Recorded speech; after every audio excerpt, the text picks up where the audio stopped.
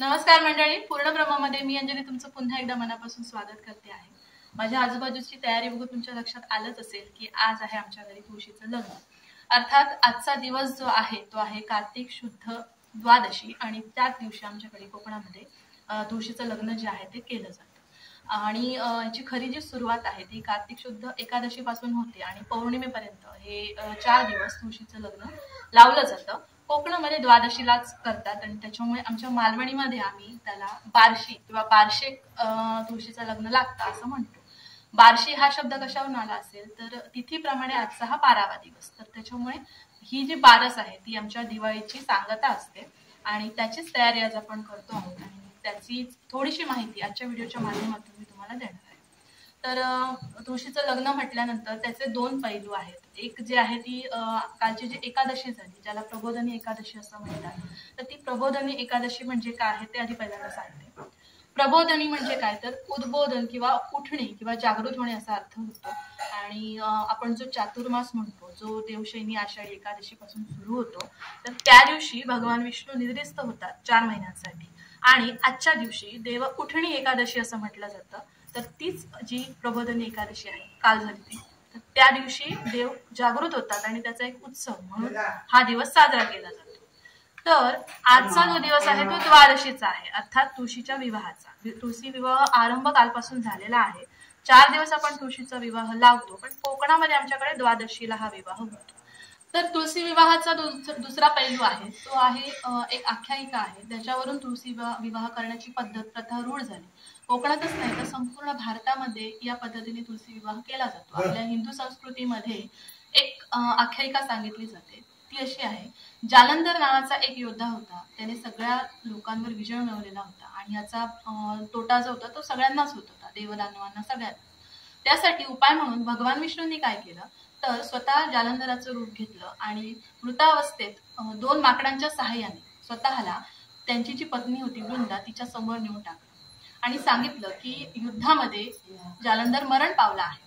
हे कळताच वृंदा जी आहे ती खूप दुःखी झाली, शोक करू लागली। संजीवनी जी औषधी आहे त्या औषधीच्या माध्यमातून हे जालंधर जो योद्धा आहे तो जिवंत झाला आणि वृंदेला असं वाटलं की आपला पतीच जिवंत झालेला आहे जो मृत पावलेला होता, पण खऱ्या अर्थाने तिथे होते भगवान विष्णू। पण झालं असं की आपला पती समजून वृंदेने 1 दिवस भगवान विष्णूंसोबत घालवला आणि याच गोष्टीमुळे तिचं पातिव्रत्य जे आहे ते भंग पावलं आणि खरोखरच जालंधराचा युद्धामध्ये मृत्यू झाला।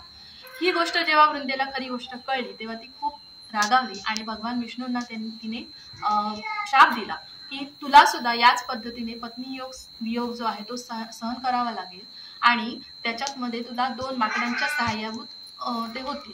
तर हीच गोष्ट आपण पुढे रामायणामध्ये बघतो। वृंदा जी होती फार दुःखी झाली आणि स्वतःला तिने आपल्या देहाला अग्नीमध्ये अर्पण केलं। तर या गोष्टीचा भगवान विष्णूंना खूप त्रास झाला, त्यांना दुःख झालं आणि त्यांनी मग काय केलं तर तुळशीच्या रूपाने वृंदेची जी आहे ती तुळशीच्या रोपाच्या रूपामध्ये तिथे स्थापना केली।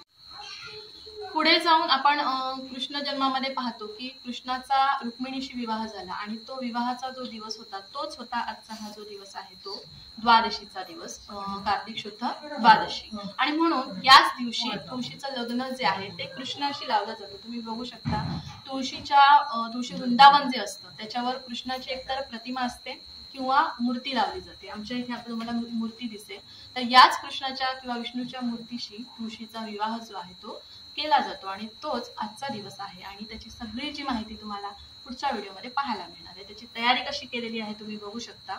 या पद्धतीने ते बघा सगळी तयारी मी केलेली आहे। त्याच्यासाठी आपण जे नेहमी पूजेचं साहित्य असतं ते घेतलेलं आहे। आचमनासाठी पाणी तामण घेतलंय, फुलं आहेत, गणेश पूजा आहे ती काढलेली आहे, विडा आहे, त्याच्यानंतर वस्त्र आहे आणि दिवा आपण बनवलेला आहे। समईचा पण आपण दिवा बनवला आणि छोटा दिवा सुद्धा आहे। नैवेद्य म्हणून गुळ घेतलेला आहे आणि तुम्हाला एक वेगळी गोष्ट दिसत असेल ताटामध्ये, आवळा आणि चिंच। ही आवळा आणि चिंच जी आहे ना ती तुळशीमध्ये ठेवली जाते। या दिवसाची सुरुवात आवळा आणि चिंचेच्या खाण्याची सुरुवात जी आहे ती आत्तापासून केली जाते। लहानपणी की नाही आमचे बाबा सांगायचे किंवा अजूनही कोकणात म्हटलं जातं हे जे आवळा आणि चिंचेचं सीझन आता सुरू झाला की नाही तर तो आता खायचा नाही अगोदर, जोपर्यंत तुळशीचं लग्न होत नाही तोपर्यंत चिंच आवळा खायचा नाही। का असं विचारल्यानंतर असं एक म्हटलं जायचं की आवळ्यात कावळं आणि चिचट ढाल, म्हणजे काय तर थोडीशी भीती वाटावी म्हणून. ह्या सीझन सुरुवात असते ही, आणि आवळा चिंच हे ह्या ज्या गोष्टी आहेत त्या खाल्ल्यामुळे सर्दी होऊ शकते, ऋतुसंधी असते, ऋतू बदल असतो, हिवाळा सुरू होत असतो, म्हणून एक म्हण पडली. पण या पद्धतीने आवळा आणि चिंच तुळशीमध्ये ठेवली जाते या तुळशी विवाहासाठी. तर ते पण आम्ही आणलेलं आहे. आणि तुम्हाला दिसेल इकडे या पद्धतीने तीन ज्या गोष्टी आहेत ते दिसतात. एक आहे ही दिंड्याची काठी, जी तुम्हाला इथे नक्षीकाम केलेली दिसते. तर ती स्त्रीचं किंवा नवरीचं रूप म्हणून इथे स्थापन केली जाते.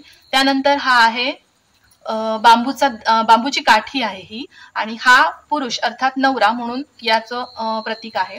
आणि हे जे दिसतंय तो आहे ऊसाचा वाढ, ज्याला आम्ही कोकणामध्ये म्हणतो.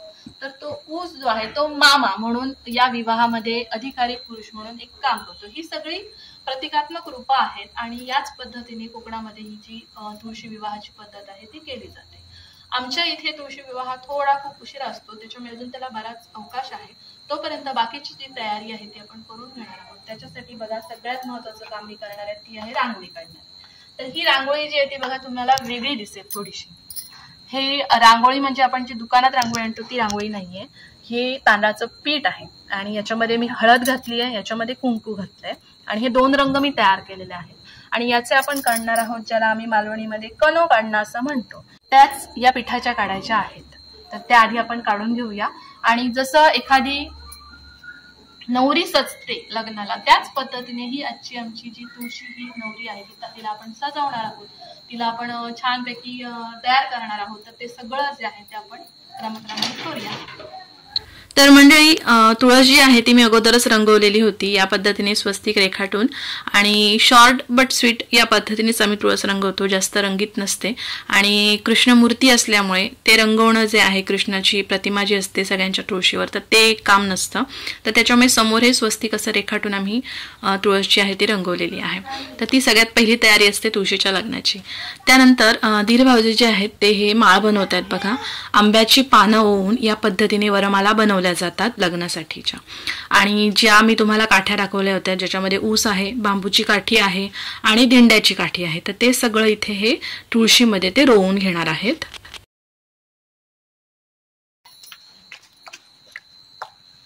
मग बाजूला कशाला लावतात ते? लावतात. एक नवरा आहे आणि एक नवरी. कुठे 3 काठी कशाला? आणि तो मामा आहे, मामा आणतो ना, नवरीला घेऊन येतो ना. ऊस म्हणजे मामा. हा. आणि हा तू चप्पल घालून ते वावरू नको, चप्पल काढ. हो त्या करते ते का टाळ बांधतात ना. बांबूच्या काठीला या पद्धतीने टाळ बांधला जातो. तर दिंड्याच्या काठीसाठी खोलपी बनवली जाते, जी मी बनवते आहे. तर मंडळी, नवरी जी आहे तिच्यासाठी मी एक जे का मी मालवणीत खोलपी असं म्हणतो ती बनवते. केळीचं पान जे आहे त्याची आपण बनवणार आहोत खोलपी. जशी आपण करवंद वगैरे काढायला गेलो की बनवतो त्याच पद्धतीने अशी बनवायची खोलपी.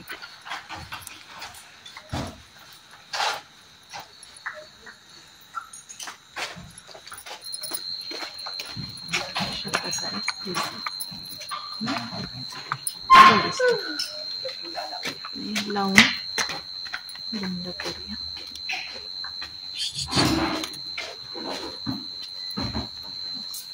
आता ह्याला लावणार आपण हळद आणि कुंकू.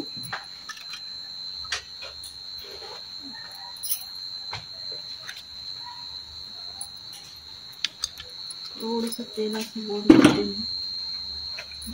चिकटे. तर एक प्रतिकात्मक मुखवटा यासाठी ही कोलपी बनवली जाते, ज्याला हळद कुंकू लावून मी घेते. एक चेहरा नवरीचा या पद्धतीने बनवला जातो. हे जे चुरमुरे आहेत त्याचं खूप महत्व आहे आजच्या दिवसाला, कारण याच आपण अक्षता म्हणून वापरतो आणि प्रसाद म्हणून.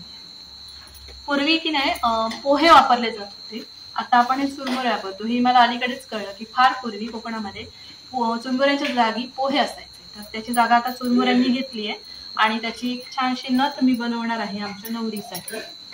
तर आपण विणूया. हे या पद्धतीने हीर घेतल्या बारीक मी, त्याच्यामध्ये हे घाललं. तर हे बघा पुरेसे मी असे हे घालून घेतलेत, आणि ह्याला आपण असा मिठीचा शेप देणार या पद्धतीने. खाली करूया.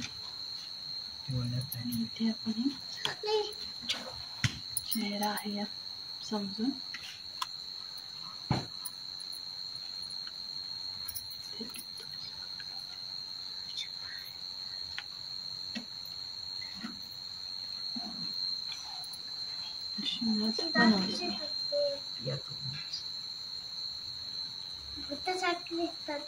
आणि हे आपण नवरीला तिथे लावणार.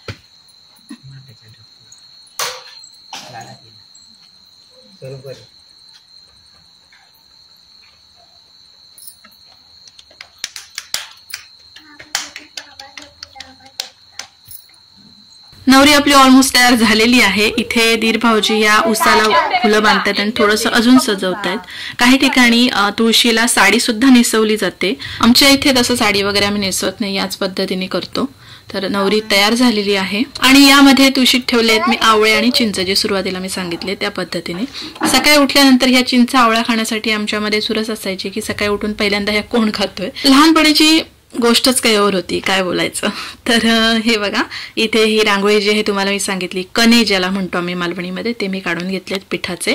आणि शेवटी तुळशीच्या लग्नाचा मुहूर्त जवळ आलेला आहे. सगळे जमलेत. तुम्ही सुद्धा या अक्षता घ्या आणि आमच्या नवरीला शुभाशीर्वाद द्या. खालचे त्या पण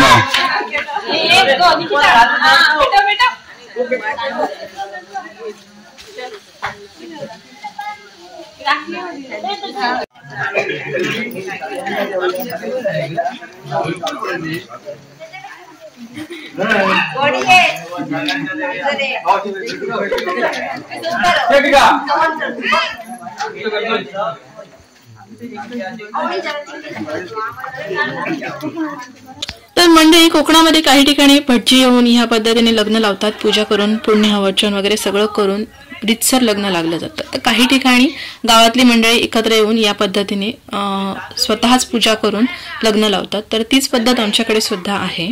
तर आमचे दीर भाऊजी ज्येष्ठ जे आहेत त्यांनी पूजा करून घेतलेली आहे आणि आता तुळशीचं लग्न आपण लावणार आहोत मंगलाष्टका म्हणून.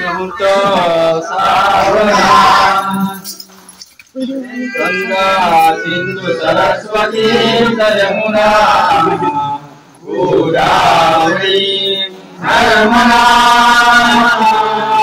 कावेरी महेंद्र तनया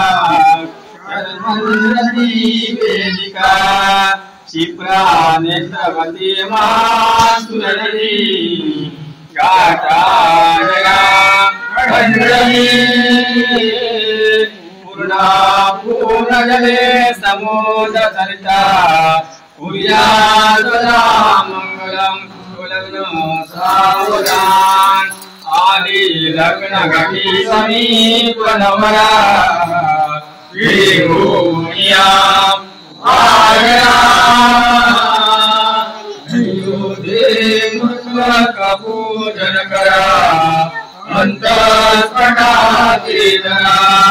दृष्ट वधूवराण करणे दोघे करा ही उभी स्वातंत्र्य बहुगलान करिता पुर्या सदा मंगलम शिवलग्न सावधान.